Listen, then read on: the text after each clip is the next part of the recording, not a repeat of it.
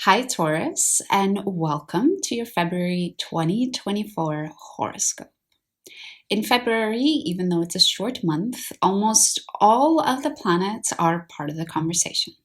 So, no matter what your personal birth chart looks like, whether you're more affected by Mars transits or Venus transits or Neptune transits, you are most likely going to feel something at some point.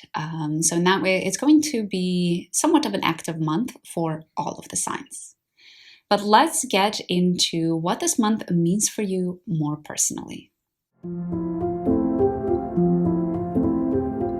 We start off the month on the 6th of February with the nodes. And what is happening is we have Venus squaring the nodes, and we have the Sun trining and sextiling the nodes. The houses that are part of this conversation for you are the 9th and the 10th house, as well as the 12th and the 6th house. The nodal story for the next year is about learning to set boundaries and to stand up for yourself, to really see where you are letting yourself compromise, where you don't actually want to. On the 6th of February, your ego might really be part of this conversation. Your ego might really stand tall and proud on this day and want you to set those boundaries quite firmly. However, you also have your relationships. It doesn't have to be a romantic relationships, it could be other ones. And you feel like you recognize that those are still important and that you need to at some points compromise in order to have meaningful relationships with people. You know that you cannot do it all alone. So it might feel a bit of a battle.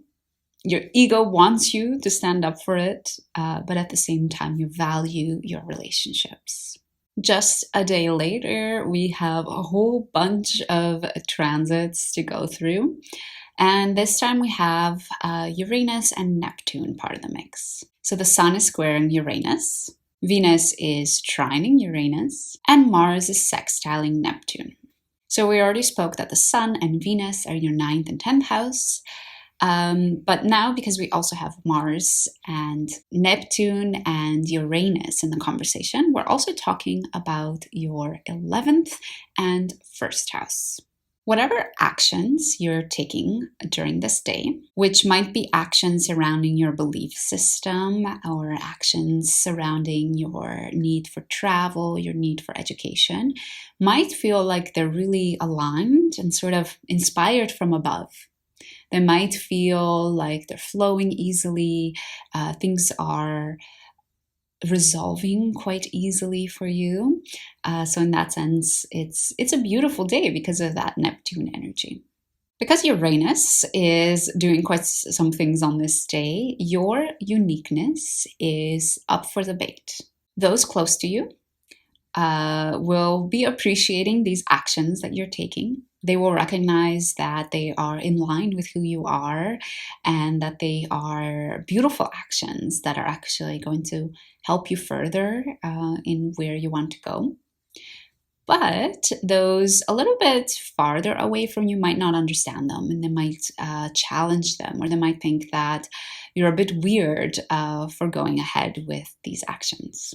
And specifically because the Sun is in your 10th house, it might be the image that others have of you that's really affected by this. You know, people maybe before you take these actions, people considered you as somebody quite highly esteemed in the community. They looked up to you. They thought that you were quite successful.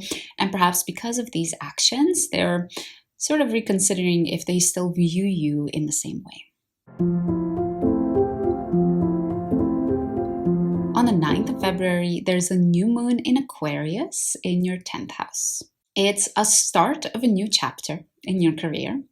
And if you are familiar with astrology, you've been keeping track of the transits, you would know that Pluto entered your career house last month.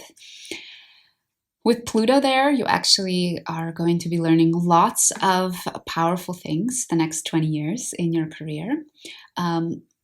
Notice if anything happened around January 20th or 21st when Pluto entered that house, because it might give you an idea of what you could also be experiencing around this new moon.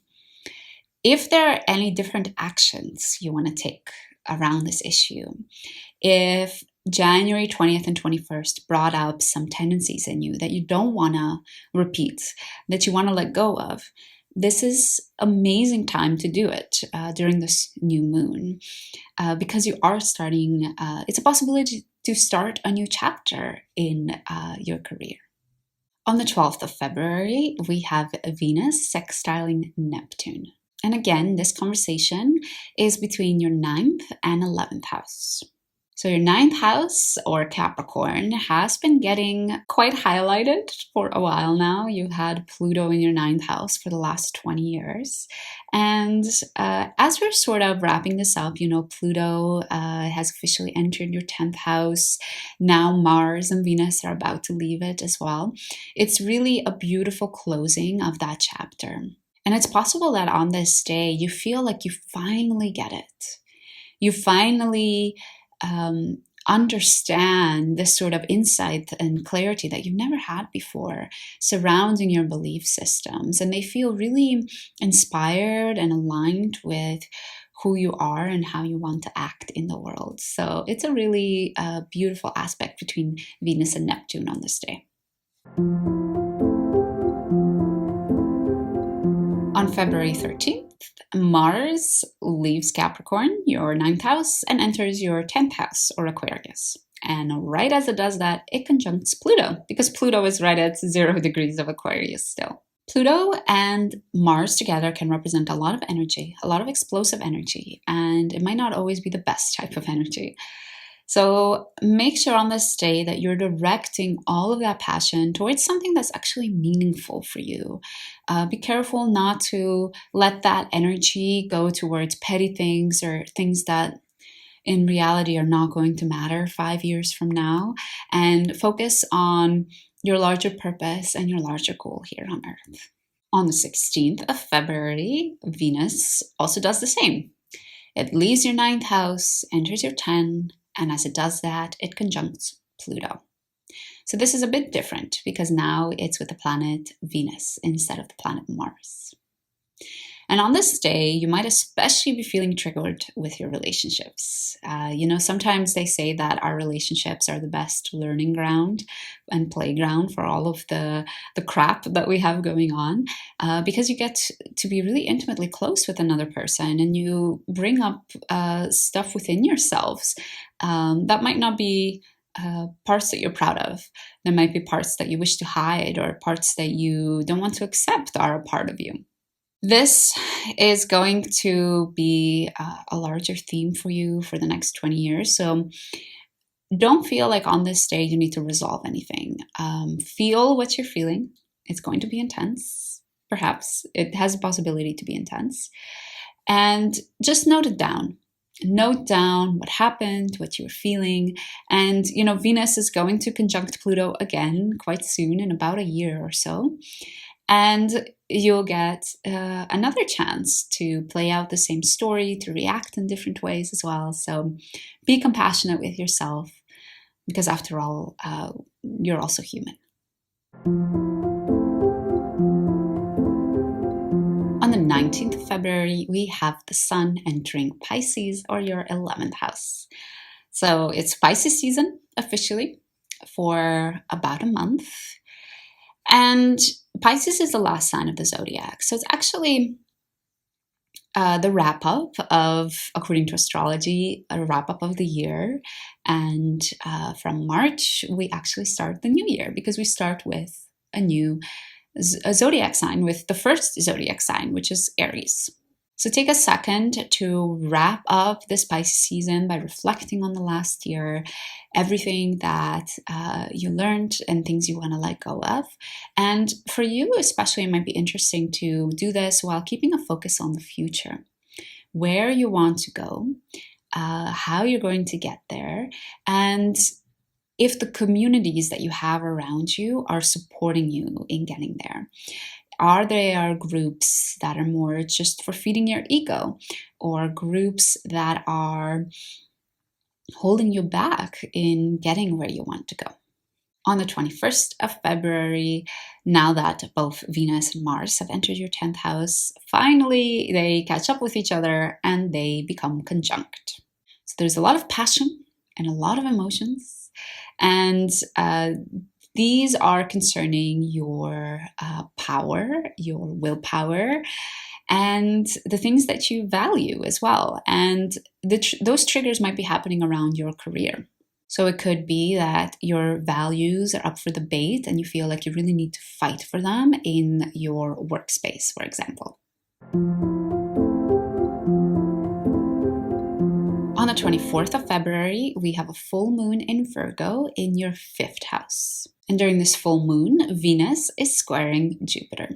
The sun is shining a bright light and making things crystal clear around your pleasures and your hobbies.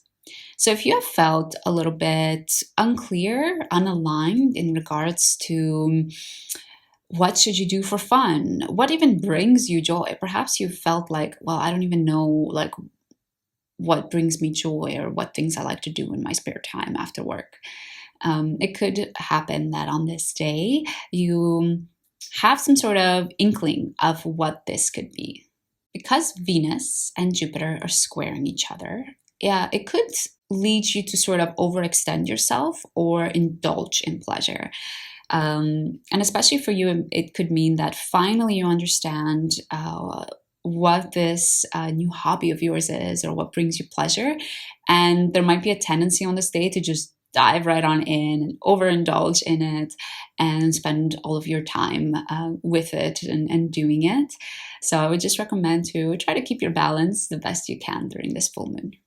On the 26th of February, we have Mars in your 10th house squaring Jupiter in your 1st house. So we just had Venus square Jupiter, and now it's Mars's turn. Again, this energy could lead to impulsiveness, perhaps not as much indulgence, but more impulsiveness or really setting your boundaries extremely to a point where it maybe was a little bit too much and not really needed. And specifically for you, because it's happening in your 10th and 1st houses, it could be that you're really standing your ground in your career and as a way to sort of stand out as an individual, to really claim your space and make yourself different from others there, to really be uniquely yourself and pursue something that's important to you and that's valuable to you.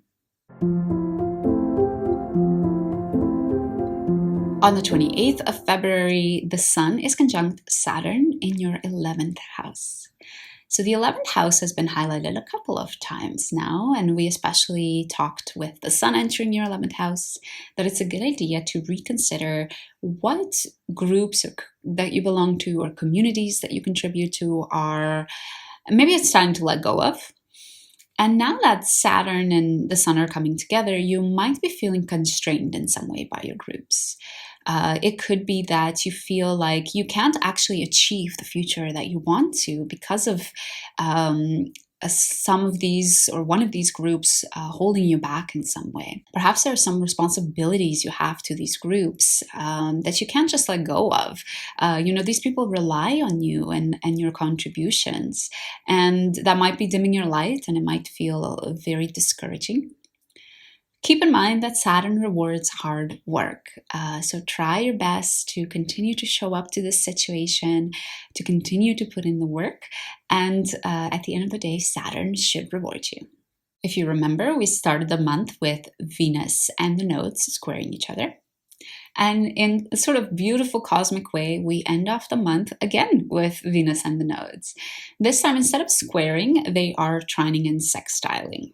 So the first aspect was more challenging. So if you went ahead and integrated the lessons, did the work around it, showed up to what the universe was trying to teach you, then on this day, it might feel like there's finally some alignment and some beautiful resolution to that. It might feel like setting those boundaries, standing up for yourself, is actually allowing you to connect even more deeper in your relationships. And for you specifically, because Venus is in your 10th house, it might be that there's sort of a beautiful understanding and acceptance of you in your workspace. So overall, Taurus, it's a beautiful month for you. A lot of action around your belief system, standing up for yourself, and you're really concerned with your career. It's taking up a lot of your headspace, and your groups that you belong to. Really take this Pisces season to reflect what you want to let go of and what you want to take with you in the zodiacal year ahead. Thank you so much for joining me for this February horoscope. If you want to make sure you catch the one for March, then make sure you subscribe. I hope to see you again soon.